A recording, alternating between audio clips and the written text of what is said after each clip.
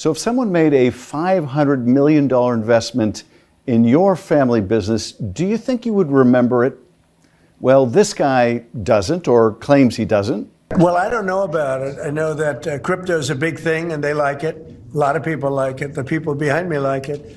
My sons are handling that. My family is handling it. That's Donald Trump saying he has no recollection, not specifically, of a sheikh from the UAE, a Gulf country sheikh, putting $500 million into World Liberty Financial. That's the Trump family crypto business.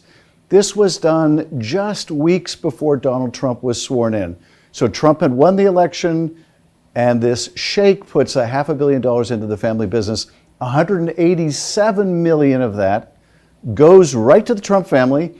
Another 31 million goes to the Witkoff family. Stephen Witkoff would become the Middle East advisor for Donald Trump. So what is this all about? Who's the sheikh? How'd they get the money? What's behind this, and what does this mean for our national security? Let's break it down. First of all, let's look at how much the Trump family has become enriched just in the first year of the Trump administration.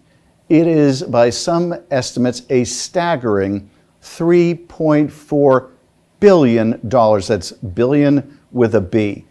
Adding it all up, I come to about $3.4 billion. So Donald Trump arrives at the presidency in term one. A lot of people say he's not really a billionaire. He's exaggerated his wealth. There's no exaggeration necessary now. He is a multi-billionaire as a result of enriching himself by using the presidency to get these deals. In fact, in the first term, Donald Trump acknowledged that it would be a conflict of interest and it would have all kinds of terrible appearance problems if he were to still be involved in his family business while trying to run the country.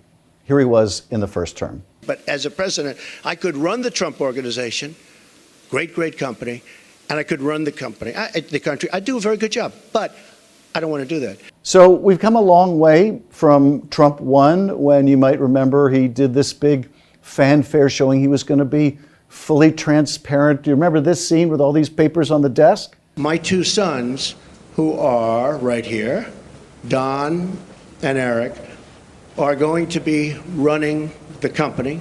They are going to be running it in a very professional manner. They're not going to discuss it with me. Again, I don't have to do this. They're not going to discuss it with me.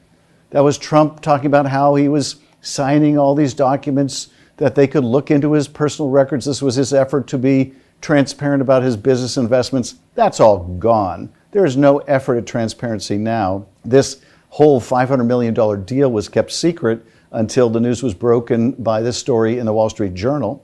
But gone are the days also of quaint ripoffs like Trump University or Trump Steaks or Trump Ties or the rest of that kind of gimmicks to make money for the first family. Now it's all really big money. So you have Trump resorts and Trump golf courses, a lot of which are in Gulf countries that want to curry favor with the United States. But in no respect now has the president and his family made more money, more billions, than through World Liberty Financial, his stablecoin crypto business. So let's talk about that. Now, in the past, former presidents, by and large, sought to try to minimize any business conflicts or divest themselves if it was going to have even the appearance of impropriety. You might remember during Jimmy Carter's presidency that he put his peanut farm into a blind trust. Well, the days of putting peanut farms in blind trusts are apparently over. The days of trying to avoid the appearance of impropriety long gone. Now you just have this mad dash by the Trump family to grab as much money as they can, to get it while the getting is good. I'm sure part of it is driven by a president who was given immunity from criminal prosecution by the Supreme Court of the United States. But what's behind this particular deal? So it involves this man. This is Sheikh Tahnoon bin Zayed Al Nahyan. He is a sheikh from the UAE who is brothers of the president of the UAE. He is also in charge of their intelligence gathering, their national security portfolio. He is colloquially referred to as the spy sheikh. Now, the spy sheikh also has another very important responsibility, and that is He manages UAE's sovereign wealth fund. And he's got a private company also called MGX, which is in the crypto business. So it's just before the inauguration that this spy sheikh decides that he's going to put $500 million into World Liberty Financial.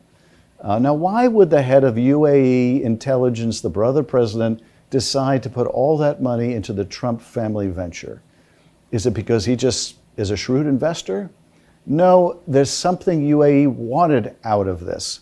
So what did UAE want out of this? Well, UAE has coveted the top technology that we produce in this country, and in particular, our most sophisticated chips for the creation of artificial intelligence. So UAE wants to be this hub of AI, and the American chips are state of the art. But in the past, we haven't given them state of the art technology because UAE has a very close relationship with China and Chinese companies like Huawei, and we didn't want that technology ending up in China's hands. So this spy sheikh wants this American technology, makes this massive investment in World Liberty Financial, and guess what happened?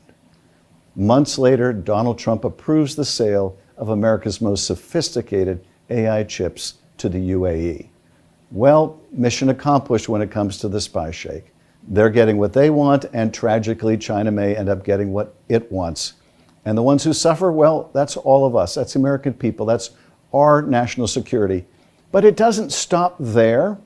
The benefits to the sheikh don't end there, because the sheikh also, in May of last year, so this is after the secret $500 million deal, the sheikh uses $2 billion of World Liberty Financial's stablecoin in a transaction with Binance, another crypto company. So they're using the Trump cryptocurrency in this transaction. So there's more millions going to the Trump family for the use of their currency in the transaction. Now, Binance had been prosecuted, including its CEO, for engaging in a lot of trafficking and other illicit activity using their cryptocurrency. And here's the thing, the spy sheikh and his company, having made this deal with Binance and Changpeng Zhao, want Changpeng Zhao, who has been convicted in this massive money laundering and other scheme using Binance, they want him to get a pardon.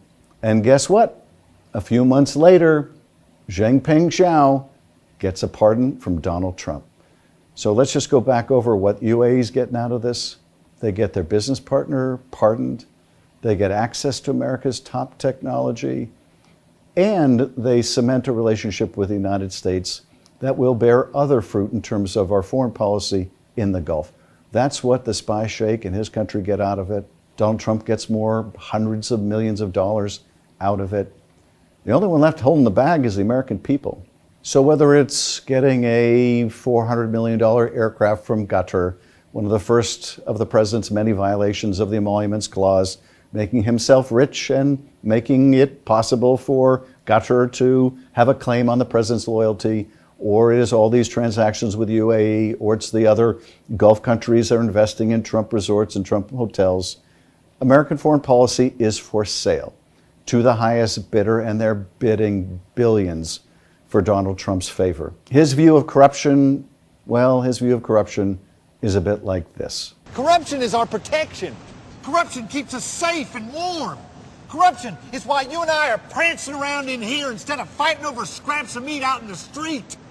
Corruption is why we win. But no, corruption isn't good for this country.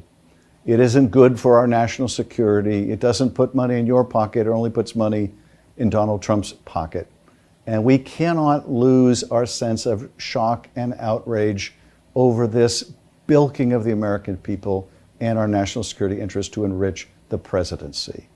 There must be an accounting, and if it doesn't happen under this administration, and it won't, it has to happen in the future.